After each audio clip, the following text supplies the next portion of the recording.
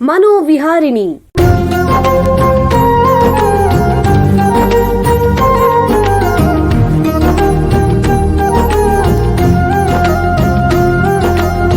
ಬೆಂಗಳೂರಿನ ನಿಮ್ಹಾನ್ಸ್ ವತಿಯಿಂದ ಮಾನಸಿಕ ಆರೋಗ್ಯ ಮತ್ತು ನರವಿಜ್ಞಾನ ಕುರಿತ ಪ್ರಾಯೋಜಿತ ಶಿಕ್ಷಣ ಮಾಲಿಕೆ. ಸಹಯೋಗ ಡಾಕ್ಟರ್ ರಾಮಚಂದ್ರ ಎನ್ ಮೂರ್ತಿ ಮಾನಸಿಕ ಆರೋಗ್ಯ ಮತ್ತು ನರವಿಜ್ಞಾನ ಪ್ರತಿಷ್ಠಾನ ನಿಮ್ಹಾನ್ಸ್. ಕೇಳಿ ಮಾನಸಿಕ ಆರೋಗ್ಯ ಮತ್ತು ನರವಿಜ್ಞಾನ ಕುರಿತ ಮಾಲಿಕೆ ಮನೋವಿಹಾರಿಣಿ. ನಮಸ್ಕಾರ ಶ್ರೋತೃಗಳೇ, ನಿಮಗೆಲ್ಲರಿಗೂ ಮನೋವಿಹಾರಿಣಿ ಶಿಕ್ಷಣ ಮಾಲಿಕೆ ಈ ಸಂಚಿಕೆಗೆ ಆತ್ಮೀಯ ಸ್ವಾಗತ.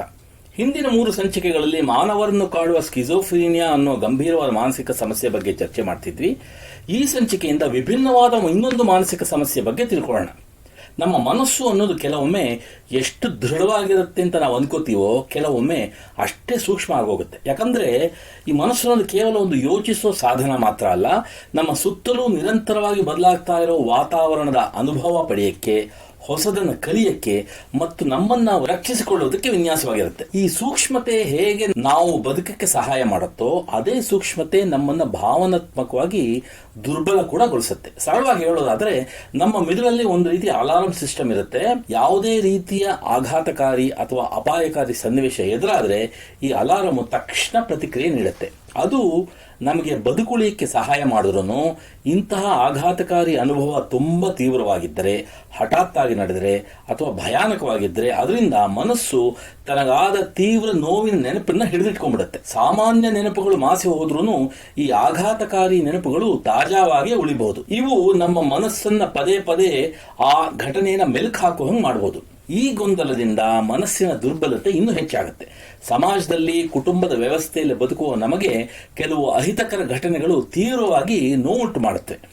ಒಂದು ವೇಳೆ ಇವೆಲ್ಲ ನಮ್ಮ ಚಿಕ್ಕಂದಿನಲ್ಲಿ ಸಂಭವಿಸಿದರೆ ಇದು ನಂತರದ ಜೀವನದಲ್ಲಿ ಆಘಾತಕ್ಕೆ ಹೆಚ್ಚು ಗುರಿಯಾಗಿಸುತ್ತೆ. ಇಂತಹ ಘಟನೆಗಳನ್ನು ನಿಭಾಯಿಸಕ್ಕೆ ತುಂಬಾ ಕಷ್ಟ ಅಂತ ಮನಸ್ಸು ಭಾವಿಸಿದಾಗ ಒಂದು ರೀತಿ ಆಘಾತ ಆಗುತ್ತೆ. ಇಂದಿನಿಂದ 3 ಸಂಚಿಕೆಗಳಲ್ಲಿ ಮಾನಸಿಕ ಆಘಾತ ಮತ್ತು ಅದರಿಂದ ಮಾನಸಿಕ ಆರೋಗ್ಯದ ಬಗ್ಗೆ ತಜ್ಞರ ಹತ್ತಿರ ಮಾಹಿತಿ ಸಂಗ್ರಹಿಸೋಣ. ಮನೋವೈದ್ಯಕೀಯ ಕ್ಷೇತ್ರದಲ್ಲಿ ಸುಮಾರು 20 ವರ್ಷಗಳಿಂದ ವೈದ್ಯಕೀಯ ಸೇವೆ ಮತ್ತು ಸಂಶೋಧನೆ ಮಾಡ್ತಾ ಇರೋ ನಿಮ್ಹಾನ್ಸ್ ಸೈಕ್ಯಾಟ್ರಿ ವಿಭಾಗದ ಹೆಚ್ಚುವರಿ ಪ್ರಾಧ್ಯಾಪಕರಾಗಿರೋ ಡಾಕ್ಟರ್ ರಶ್ಮಿ ಅವರು ನಮ್ಮ ಜೊತೆಗಿದ್ದಾರೆ. ಅವ್ರನ್ನ ಸ್ವಾಗತಿಸೋಣ. ನಮಸ್ಕಾರ ಡಾಕ್ಟರ್ ರಶ್ಮಿ ಅವರೇ. ನಮಸ್ಕಾರ ಸರ್. ನಿಮಗೆ ಈ ಕಾರ್ಯಕ್ರಮಕ್ಕೆ ಸ್ವಾಗತ. ಡಾಕ್ಟರ್ ರಶ್ಮಿ ಅವರೇ, ನಿಮಗೆ ಮೊದಲನೇ ಪ್ರಶ್ನೆ ಏನು ಅಂತಂದ್ರೆ, ಈ ಮಾನಸಿಕ ಆಘಾತ ಅಂತಂದ್ರೆ ಏನು? ಮನಸ್ಸಿಗೆ ತೀವ್ರವಾದ ಆಘಾತ ಉಂಟು ಮಾಡುವ ಘಟನೆ, ಅನುಭವ ಅಥವಾ ಪರಿಸ್ಥಿತಿಯಿಂದ ಯಾವುದೇ ವ್ಯಕ್ತಿಗೆ ಅವರ ಭಾವನೆ, ಚಿಂತನೆ ಮತ್ತು ವರ್ತನೆಗಳ ಮೇಲೆ ಪರಿಣಾಮ ಬಿದ್ದು ಅದರಲ್ಲಿ ಬದಲಾವಣೆಯನ್ನು ಕಂಡು ಬಂದರೆ ಅದನ್ನು ನಾವು ಮಾನಸಿಕ ಆಘಾತ ಎಂದು ಕರೆಯುತ್ತೇವೆ. ಒಬ್ಬ ವ್ಯಕ್ತಿಯ ಜೀವನದಲ್ಲಿ ಯಾವ ಯಾವ ರೀತಿಯ ಘಟನೆಗಳು ಮಾನಸಿಕ ಆಘಾತವನ್ನು ಉಂಟು ಮಾಡಬಹುದು? ಓಕೆ, ಯಾವುದೇ ಒಂದು ತೀವ್ರವಾದ ಘಟನೆಯಿಂದ ಈ ಮಾನಸಿಕ ಆಘಾತ ಆಗಬಹುದು. ಇದು ವ್ಯಕ್ತಿಯು ತಾನೇ ಅನುಭವಿಸಿರಬಹುದು ಅಥವಾ ಅವರು ಅದನ್ನು ನೋಡಿರಬಹುದು ಅಥವಾ ಕೇಳಿಸಿಕೊಂಡಿರಬಹುದು. ಉದಾಹರಣೆಗೆ ಯಾವ ಘಟನೆಗಳು ಎಂದರೆ ಅಪಘಾತಗಳು.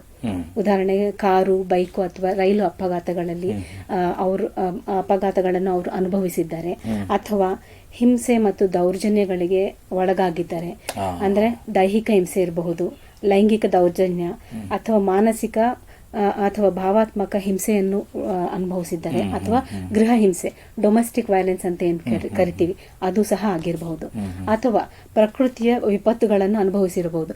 ಉದಾಹರಣೆಗೆ ಪ್ರವಾಹ, ಭೂಕಂಪ, ಬೆಂಕಿ ಅವಘಡ ಅಥವಾ ಚಂಡಮಾರುತ, ಅಥವಾ ತಮಗೆ ಹತ್ತಿರವಾದಂತ ಯಾವುದೇ ಒಂದು ಸಂಬಂಧಿಕರು ಅಥವಾ ಸ್ನೇಹಿತರು ತಕ್ಷಣ ತೀರಿ ಹೋದರೆ ಅದು ಸಹ ಅವರಿಗೆ ಒಂದು ಅಪಘಾತ ಆಗಬಹುದು. ಅದರಿಂದ ಅವರಿಗೆ ಮಾನಸಿಕ ಆಘಾತ ಆಗುತ್ತೆ. ಹೌದು ಹೌದು. ಅಥವಾ ಯುದ್ಧದ ಪರಿಸ್ಥಿತಿ, ದಾಳಿ, ಬಾಂಬ್ ಸ್ಫೋಟ, ಗಲಭೆಗಳು ಇಂಥವನ್ನು ಸಹ ಇದರಿಂದ ಸಹ ಆಗಬಹುದು. ಅಥವಾ ಬಾಲ್ಯದ ಕಠಿಣ ಅನುಭವಗಳು, ಉದಾಹರಣೆಗೆ ಪೋಷಕರ ಜಗಳ, ಪೋಷಕರಿಂದ ನಿರ್ಲಕ್ಷ್ಯ, ಅಥವಾ ಶಾಲೆಯಲ್ಲಿ ಅಥವಾ ಮನೆಯಲ್ಲಿ ಹಿಂಸೆಯನ್ನು ಅನುಭವಿಸಿದರಿಂದ ಸಹ ಆಗಬಹುದು. ಅಥವಾ ವೈದ್ಯಕೀಯ ತುರ್ತು ಪರಿಸ್ಥಿತಿಗಳು, ಉದಾಹರಣೆಗೆ ತೀವ್ರ ರೋಗದಿಂದ ನರಳುತ್ತಿದ್ದಾರೆ ಅಥವಾ ದೊಡ್ಡ ಒಂದು ಶಸ್ತ್ರಚಿಕಿತ್ಸೆಗೆ ಒಳಗಾಗ ಬಂದಂತ ಪರಿಸ್ಥಿತಿಯಲ್ಲಿ, ಅಥವಾ ಆಸ್ಪತ್ರೆಗೆ ದಾಖಲಾಗಿರುವ ಕಷ್ಟಕರ ಅನುಭವಗಳಿದ್ದರೂ ಸಹ ನಡೆಯುತ್ತದೆ. ಹಾಗೂ ಸಾಮೂಹಿಕ ಮತ್ತು ವೈಯಕ್ತಿಕ ಅವಮಾನಕಾರಿ ಘಟನೆಗಳು ಏನಾದರೂ ಜರುಗಿದ್ದರೆ ಅದರಿಂದ ಸಹ ಇದು ಉಂಟಾಗಬಹುದು. ಅಂದ್ರೆ ಈ ಮಾನಸಿಕ ಆಘಾತ ಅನ್ನೋದು ಎಷ್ಟು ಸಾಮಾನ್ಯ ನಮ್ಮ ಸಮಾಜದಲ್ಲಿ? ಇದು ಬಹಳ ಸಾಮಾನ್ಯವಾದ ಮಾನಸಿಕ ಸಮಸ್ಯೆ. 70-80% ಜನರು ತಮ್ಮ ಜೀವನದಲ್ಲಿ ಯಾವುದಾದ್ರೂ ಒಂದು ರೀತಿಯಲ್ಲಿ ಆಘಾತಕಾರಿ ಘಟನೆಯನ್ನು ಅನುಭವಿಸುತ್ತಾರೆ ಎಂದು ಸಂಶೋಧನೆಯಿಂದ ತಿಳಿದು ಬಂದಿದೆ. ಬಟ್ ಇವರಲ್ಲಿ 3.9% ಮಾತ್ರ ಜನ ಮಾನಸಿಕ ಆಘಾತಕ್ಕೆ ಒಳಗಾಗುತ್ತಾರೆ. ಎಸ್ಪೆಷಲಿ ನಾವೇನು PTSD, post traumatic stress disorder ಅಂತ ಏನ್ ಕರಿತೀವಿ, ಅದನ್ನು ಅನುಭವಿಸುತ್ತಾರೆ. ಸಾಮಾನ್ಯವಾಗಿದ್ರು ಅದರಿಂದ ಮಾನಸಿಕ ಲಕ್ಷಣಗಳನ್ನ ಅವ್ರು ತೋರಿಸೋ ಪ್ರಮಾಣ 3.9% ಅಂತ ಹೇಳ್ತಿದ್ದೀರಾ.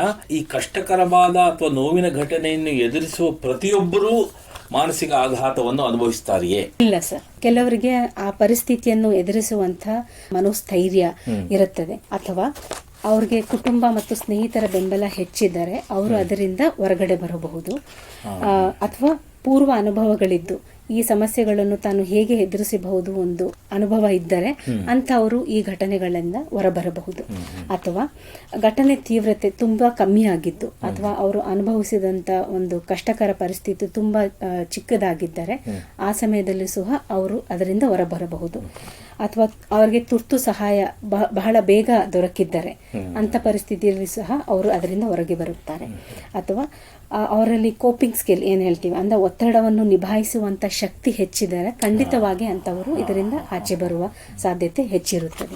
ಬಟ್ ಯಾರಿಗೆ ಅದು ಆಗುವುದಿಲ್ಲ ಅಂತಂದ್ರೆ ಬಾಲ್ಯದಲ್ಲಿ ಹಿಂಸೆ ಅನುಭವಿಸಿದವರು, ಅಥವಾ ಹಿಂದೆನೆ ಅವರಿಗೆ ಆಂಗ್ಸೈಟಿ ಅಥವಾ ಡಿಪ್ರೆಷನ್ ಒಂದು ಮಾನಸಿಕ ರೋಗ ಇದ್ದರೆ, ಅಥವಾ ಅವರಿಗೆ ಬೆಂಬಲವಿಲ್ಲದಿದ್ದರೆ, ಅಥವಾ ದೊಡ್ಡ ನಷ್ಟ ಅಥವಾ ನಿರಂತರ ಒತ್ತಡ ಅನುಭವಿಸುತ್ತಿದ್ದರೆ, ಇಂಥವರಿಗೆ ಆ ಒಂದು ಕಷ್ಟ ಪರಿಸ್ಥಿತಿಯಿಂದ ಹೊರಗಡೆ ಬರುವಂತ ಶಕ್ತಿ ಕಮ್ಮಿ ಇರುತ್ತದೆ. ಬಹಳ ಉಪಯುಕ್ತ ಮಾಹಿತಿ ನೀಡಿದ್ದೀರಾ. ಈಗ ಒಂದು ಸಣ್ಣ ವಿರಾಮ ತಗೊಳ್ಳೋಣ, ನಂತರ ಮಾನಸಿಕ ಆಘಾತದ ಬಗ್ಗೆ ಚರ್ಚೆಯನ್ನು ಮುಂದುವರಿಸೋಣ. ಬೆಂಗಳೂರಿನ ನಿಮ್ಹಾನ್ಸ್ ಮಾನಸಿಕ ಆರೋಗ್ಯ ಮತ್ತು ನರವಿಜ್ಞಾನ ಕ್ಷೇತ್ರದಲ್ಲಿ ಹೆಸರುವಾಸಿ.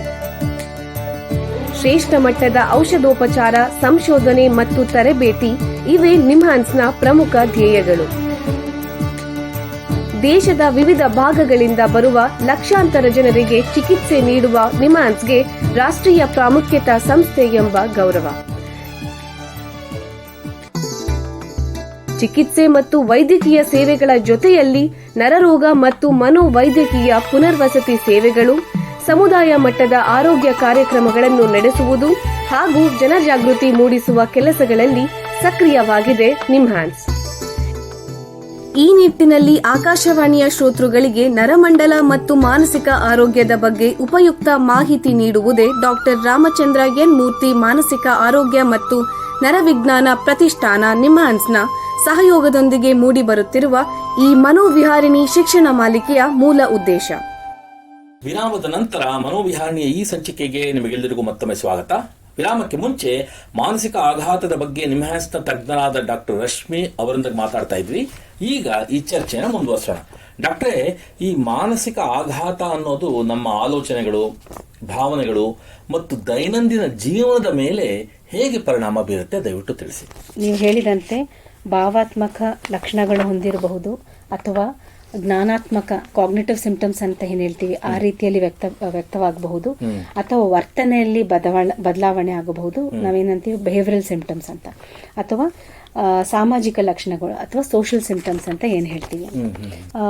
ಭಾವಾತ್ಮಕ ಲಕ್ಷಣಗಳು ಯಾವ್ಯಾವ ಅಂದ್ರೆ ಅತಿಯಾದ ಭಯ, ಕಳವಳ, ನಿರಾಶೆ ಅಥವಾ ದುಃಖವನ್ನು ಅನುಭವಿಸುವುದು, ಏಕಾಂತ ಭಾವನೆ, ಅತಿಯಾದ ಸಿಟ್ಟು, ಭಾವನೆಗಳು ನಿಯಂತ್ರಿಸಲಾಗದಂತ ಪರಿಸ್ಥಿತಿ. ಕಾಗ್ನಿಟಿವ್ ಸಿಂಪ್ಟಮ್ಸ್ ಅಂತ ಏನ್ ಹೇಳ್ತೀವಿ ಅಂದ್ರೆ ಇದು ಯೋಚನಾ ಶಕ್ತಿಗೆ ಸಂಬಂಧಪಟ್ಟಿದ್ದು. ಅಂತಂದ್ರೆ ಯಾವ ಘಟನೆ ಆಗಿರುತ್ತೆ ಅದೇ ಘಟನೆ ಮನಸ್ಸಲ್ಲಿ ಪದೇ ಪದೇ ಓಡ್ತಾ ಇರುತ್ತೆ. ಅಥವಾ ದುಸ್ವಪ್ನಗಳು, ಏಕಾಗ್ರತೆ ಕಡಿಮೆ ಆಗುವುದು ಅಂದ್ರೆ ಕಾನ್ಸಂಟ್ರೇಷನ್ ಕಮ್ಮಿ ಆಗುವುದು, ನಿರ್ಣಯ ಮಾಡಲು ಕಷ್ಟವಾಗುವುದು, ನಾನು ಸುರಕ್ಷಿತನ ಇಲ್ಲವ ಎಂಬ ಒಂದು ಆತಂಕ ಅಥವಾ ಶಂಕೆ ಅವರನ್ನು ಕಾಡುತ್ತಿರುವುದು. ಇದಲ್ಲದೆ ವರ್ತನೆಯಲ್ಲಿಯೂ ಸಹ ಬದಲಾವಣೆಯನ್ನು ಕಾಣುತ್ತೇವೆ. ಜನರಿಂದ ಆದಷ್ಟು ದೂರವಿರುವುದು, ಮಾತನಾಡಲು ಹೆದರಿಕೆ, ಚಟುವಟಿಕೆಗಳಲ್ಲಿ ಆಸಕ್ತಿ ಇಲ್ಲದೆ ಇರುವುದು, ಆತಂಕ ಹುಟ್ಟಿಸುವಂತಹ ಸ್ಥಳ ಅಥವಾ ಘಟನೆಗಳನ್ನು ತಪ್ಪಿಸುವುದು, ಅಥವಾ ಇದನ್ನೆಲ್ಲ ಕಮ್ಮಿ ಮಾಡಿಸ್ಕೊಳ್ಳೋಕ್ಕೋಸ್ಕರ, ಈ ಸ್ಟ್ರೆಸ್ನ ಕಮ್ಮಿ ಮಾಡಿಸ್ಕೊಳ್ಳೋಕ್ಕೋಸ್ಕರ ಮದ್ಯಪಾನ ಮಾಡುವುದು ಅಥವಾ ಧೂಮಪಾನ ಮಾಡುವುದು, ಈ ಲಕ್ಷಣಗಳು ಸಹ ಕಾಣಬಹುದು. ನಿಯಂತ್ರಣ ಕಳೆದುಕೊಂಡಂತಹ ವರ್ತನೆ ಮಾಡುವುದು. ಸೋಷಿಯಲ್ ಸಿಂಪ್ಟಮ್ ಅಥವಾ ಸಾಮಾಜಿಕ ಲಕ್ಷಣಗಳು ಯಾವುವು ಎಂದರೆ ಕುಟುಂಬ ಅಥವಾ ಸ್ನೇಹಿತರೊಂದಿಗೆ ಸಂಪರ್ಕ ಕಡಿಮೆ ಮಾಡುವುದು, ಸಂಬಂಧಗಳಲ್ಲಿ ಗೊಂದಲ ಅಥವಾ ಜಗಳ ಆಗುವುದು, ಕೆಲಸ ಅಥವಾ ಶಾಲೆಯ ಸಾಮಾನ್ಯ ಕಾರ್ಯಗಳನ್ನು ನಿರ್ವಹಿಸಲು ಬಹಳ ಕಷ್ಟಪಡುವುದು. ಮಾನಸಿಕ ಆಘಾತ ಅನ್ನೋದು ದೇಹದ ಮೇಲೆ, ದೈಹಿಕ ಆರೋಗ್ಯದ ಮೇಲೂ ಪ್ರಭಾವ ಬೀರಬಹುದೇ? ಖಂಡಿತ ಸರ್. ಕೆಲವರಿಗೆ ಅದು ಮನಸ್ಸಲ್ಲಿರೋದನ್ನ ಹೇಳ್ಕೊಳ್ಳೋಕ್ಕಾಗದೇ ಇದ್ದಂಥ ಪರಿಸ್ಥಿತಿಯಲ್ಲಿ ದೇಹ ಅದನ್ನು ವ್ಯಕ್ತಪಡಿಸುತ್ತದೆ. ಯಾವ ರೀತಿಯಲ್ಲಿ ಇರಬಹುದೆಂದರೆ ತಲೆನೋವು ಅಥವಾ ಮೈಗ್ರೇನ್ ಲಕ್ಷಣ ಕಾಣಬಹುದು, ಅಥವಾ ಹೃದಯದಲ್ಲಿ ಅಥವಾ ದೇಹದಲ್ಲಿ ಏನೋ ಒಂದು ಭಾರ ಅಥವಾ ಒತ್ತಡ ಅಂತ ಅನ್ಸೋದು, ನಿದ್ರೆ ಬಾರದಿರುವುದು, ಜೀರ್ಣಕ್ರಿಯೆಯಲ್ಲಿ ಸಮಸ್ಯೆಗಳಾಗುವುದು. ಕೆಲವು ವ್ಯಕ್ತಿಗಳು ತಾವು ನಿಜವಾಗಲೂ ಮಾನಸಿಕ ಆಘಾತ ಅನುಭವಿಸ್ತಾ ಇದ್ದಾರೆ ಅಂತ ತಾವೇ ಅದನ್ನು ಗುರುತಿಸಕ್ಕೆ ಕೆಲಸಕ್ಕೆ ಕಷ್ಟಪಡ್ತಾರೆ. ಯಾಕೆ? ಹೌದು ಸರ್. ನನ್ನಲ್ಲಿ ತೊಂದರೆ ಇದೆ ಅಂತ ಹೇಳ್ಕೊಂಡ್ರೆ ನನ್ನನ್ನು ಜನರು ಕೀಳಾಗಿ ಕಾಣ್ತಾರೆ, ನಾನು ವೀಕ್ ಅಂತ ಐಡೆಂಟಿಫೈ ಮಾಡ್ತಾರೆ. ಏನಂತೀವಿ, ಸ್ಟಿಗ್ಮಾ. ಸೊ ಅದರಿಂದ ಇರಬಹುದು, ಕಳಂಕ ಇರಬಹುದು, ಅದರಿಂದ ಇರಬಹುದು. ಇಲ್ಲ ಅಂತಂದ್ರೆ ಕೆಲವರು ತಮ್ಮ ಭಾವನೆಗಳನ್ನು ಸಪ್ರೆಸ್ ಮಾಡಕ್ ನೋಡ್ತಾರೆ, ತಮ್ಮಲ್ಲಿಯೇ ಅದನ್ನ ಅನುಭವಿಸ್ತಾ ಇರ್ತಾರೆ. ಅಥವಾ ಕೆಲವೊಮ್ಮೆ ರೋಗ ಲಕ್ಷಣಗಳು ನಿಧಾನವಾಗಿ ಬೆಳೆಬಹುದು, ಅದು ವಾರಗಳು ಅಥವಾ ತಿಂಗಳಾನ್ಗಟ್ಟಲೆ ತಗೊಳ್ಬಹುದು ಆ ಲಕ್ಷಣಗಳು ಕಂಡು ಬರಕ್ಕೆ. ಆವಾಗ ಘಟನೆಗೂ ಮತ್ತು ಲಕ್ಷಣಗಳಿಗೂ ಸಂಬಂಧವನ್ನು ಕಂಡುಹಿಡಿಯೋಕೆ ಕಷ್ಟ ಆಗ್ಬೋದು. ಅಂತ ಸಂದರ್ಭದಲ್ಲೂ ಸಹ ನಾವು ಕೆಲವೊಮ್ಮೆ ಅದು ಡಯಾಗ್ನೋಸ್ ಆಗದೆ ಇರಬಹುದು.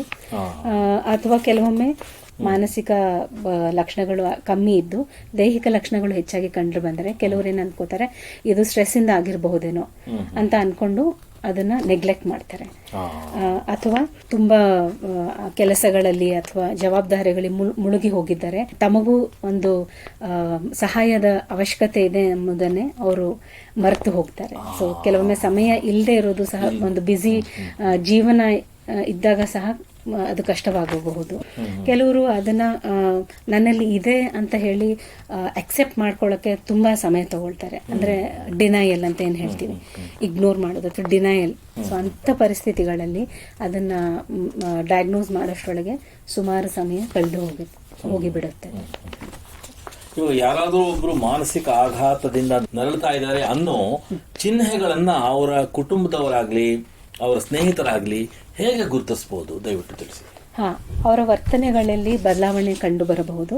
ಉದಾಹರಣೆಗೆ ಅವರು ಜನರಿಂದ ದೂರವಾಗುವುದು, ಎಂದಿನಂತೆ ಮಾತನಾಡದಿರುವುದು, ಅವ್ರಿಗೆ ಯಾವುದೇ ಮುಂಚೆ ಒಂದು ಚಟುವಟಿಕೆಯಲ್ಲಿ ಆಸಕ್ತಿ ತೋರಿಸ್ತಿದ್ರೋ ಅದು ಇವಾಗ ಇಲ್ಲದೆ ಇರುವುದು, ಅದು ಅಥವಾ ಏಕಾಂತವಾಗಿ ಇರುವುದನ್ನು ಬಯಸುವುದು, ಅಥವಾ ಅತಿಯಾದ ಭಯ ಹೆದರಿಕೆಯಿಂದ ಕಂಡು ಬರಬಹುದು.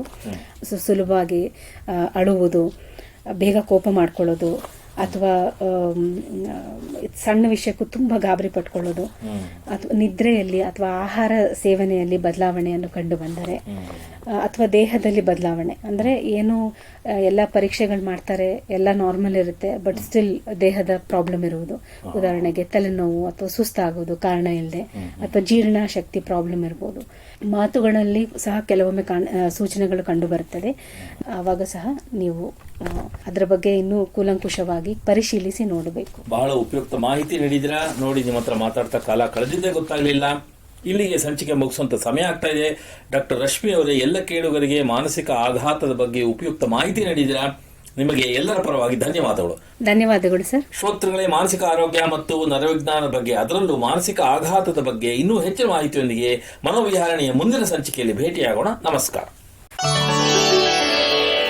ಇಲ್ಲಿಯವರೆಗೆ ಬೆಂಗಳೂರಿನ ನಿಮ್ಹಾನ್ಸ್ ವತಿಯಿಂದ ಮಾನಸಿಕ ಆರೋಗ್ಯ ಮತ್ತು ನರವಿಜ್ಞಾನ ಕುರಿತ ಪ್ರಾಯೋಜಿತ ಶಿಕ್ಷಣ ಮಾಲಿಕೆ ಮನೋವಿಹಾರಿಣಿ ಕೇಳಿದಿರಿ. ಸಹಯೋಗ ಡಾಕ್ಟರ್ ರಾಮಚಂದ್ರ ಎನ್ ಮೂರ್ತಿ, ಮಾನಸಿಕ ಆರೋಗ್ಯ ಮತ್ತು ನರವಿಜ್ಞಾನ ಪ್ರತಿಷ್ಠಾನ, ನಿಮ್ಹಾನ್ಸ್. ನೆರವು ಡಾಕ್ಟರ್ KS ಮೀನಾ, ನಿಮ್ಹಾನ್ಸ್. ಮಾನಸಿಕ ಆರೋಗ್ಯ ಶಿಕ್ಷಣ ವಿಭಾಗ, ನಿಮ್ಹಾನ್ಸ್. ಹಾಗೂ ನಿವೇದಿತಾ BS, ನಿಮ್ಹಾನ್ಸ್. ಸಂಗೀತ ಸಂಯೋಜನೆ K. ಕಲ್ಯಾಣ್.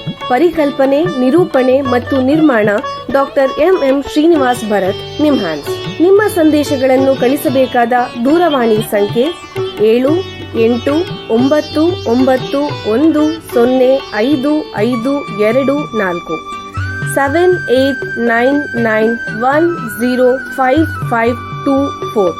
ವಾಟ್ಸ್ಆಪ್ ಸಂದೇಶಗಳು ಮಾತ್ರ. ಈ ಕಾರ್ಯಕ್ರಮದ ಮುಂದಿನ ಸಂಚಿಕೆ ಮುಂದಿನ ವಾರ ಇದೇ ಸಮಯಕ್ಕೆ ಮನೋವಿಹಾರಿಣಿ ಮಾಲಿಕೆಯಲ್ಲಿ.